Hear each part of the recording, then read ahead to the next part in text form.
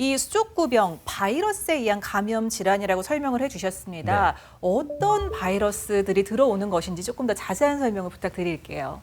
네.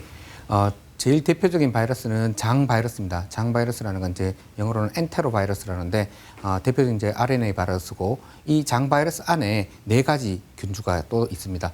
폴리오 바이러스, 콕사키 바이러스, 에코 바이러스, 또 같은 이름의 이제 엔테로 바이러스 이런 4가지인데 특히 이 중에서 콕사키 바이러스와 엔테로 바이러스, 장 바이러스가 불리는 이 엔테로 바이러스가 주요 원인균이 되겠습니다.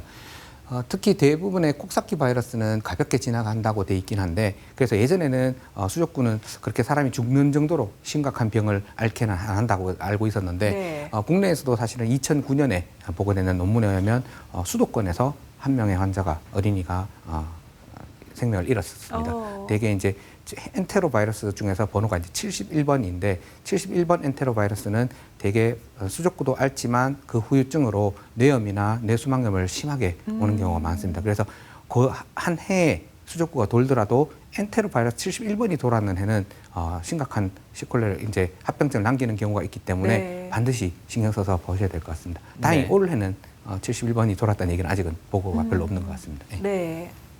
주요 감염은 대개 이제 엔테로 바이러스들은 일반적인 바이러스 감염처럼 증상이 오기도 하고 경우에 따라서는 수족구병을 일으키기도 하고 일부 다른 장 바이러스는 구내염 또는 위장 간염 또는 이 병들이 수막염이나 뇌염 또는 호기 감염 등등을 일으킬 수 있는 것으로 알려져 있고 전형적인 감염 경로는 직접 접촉에서도 생길 수 있고 비말 감염, 이제 공기 중에 떠다니면서 들어올 수도 있고 그래서 사실은 마스크나 기침할 때 예절을 잘 지키는 것이 상당히 중요하겠습니다.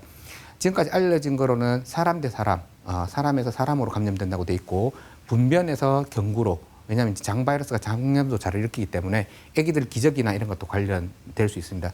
또 저런 것들이 이제 오염된 물을 오염시키게 되면 물에서 그다음에 가정내나 보육시설, 놀이터 같은 데서도 이제 집단 생활을 할 때는 잘 옮기려고 돼 있고 좀 전에 말씀드린 것처럼 콕사키 바이러스나 장 바이러스가 가장 흔한 원인균이 되겠습니다. 네. 네.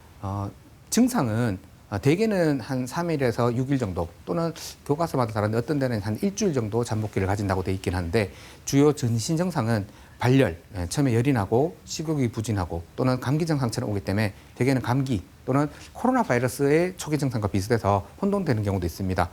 그렇지만 조금 지나면 인후통이 생길 수도 있고 소화기 증상도 같이 올 고 특히 정말 특징적인 증상이 피부 증상이라고 할 수 있는데 수족구병 중에 이제 수족에 관한 건데 손이나 발에 수포성 발진이 있을 수도 있습니다.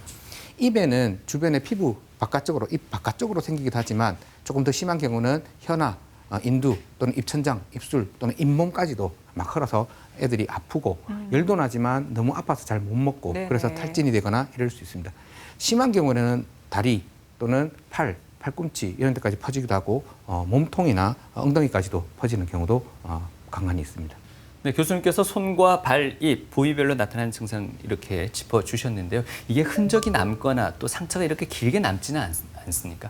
대개는 잘 낫습니다. 예. 수두하고 다른 특징 중에 한 개인데 수두는 대개는 몸통에서부터 바깥쪽으로 퍼지는 양상으로 가고 또 여러 가지 농포나 뭐 여러 진피나 이제 진포나 이런 여러 가지 섞여 있는 반면에 대개 이제 수족구는 그래도 물집이 있고 그냥 깨끗하게 낫습니다. 다만 그 물집을 애들이 이제 만지작거리거나 이래서 균 감염이 오면 원래는 바이러스 감염이었지만 이체적으로 세균 감염이 오면 네. 조금 더 애먹고 곰고 이럴 수 있지만 그래도 대개는 흔적 없이 잘 낫는 편입니다.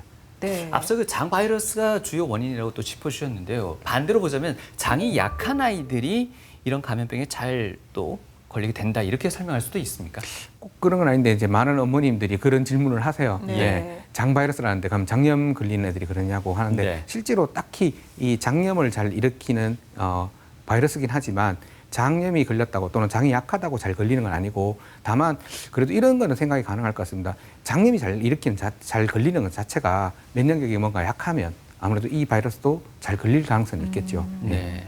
그리고 또 하나 궁금한 점이요. 이런 증상이 나타나지 않고도 수족구 판정을 받는 경우들이 있더라고요. 그건 왜 그렇습니까? 이제 특징적인 증상이 보통 이제 이 병을 진단하는 방법이긴 한데 예. 경우에 따라서 이제 주변에 비슷한 증상을 가진 애들이 있고 또는 감염이 걸렸는 게 의심되는 상황에서 본인이 건강 상태가 뭐 괜찮다 보면 예. 아주 가볍게 지나가면서 표시가 안 날 수도 있습니다. 그렇지만 예를 들면 분변 검사라든지 혈액 검사라든지 또는 우리가 이제 중화효소 검사 이제 PCR이라는 얘기를 많이 표현하잖아요. 이제 코로나 검사할 때 그런 검사로 이 바이러스가 검출이 되면 확진은 될 수 있겠죠. 예. 그럼 크게 증상이 나타나지 않으면 큰 걱정은 하지 않아도 너무 된다는 걱정 안 말씀이십니다. 해도 됩니다. 예. 예.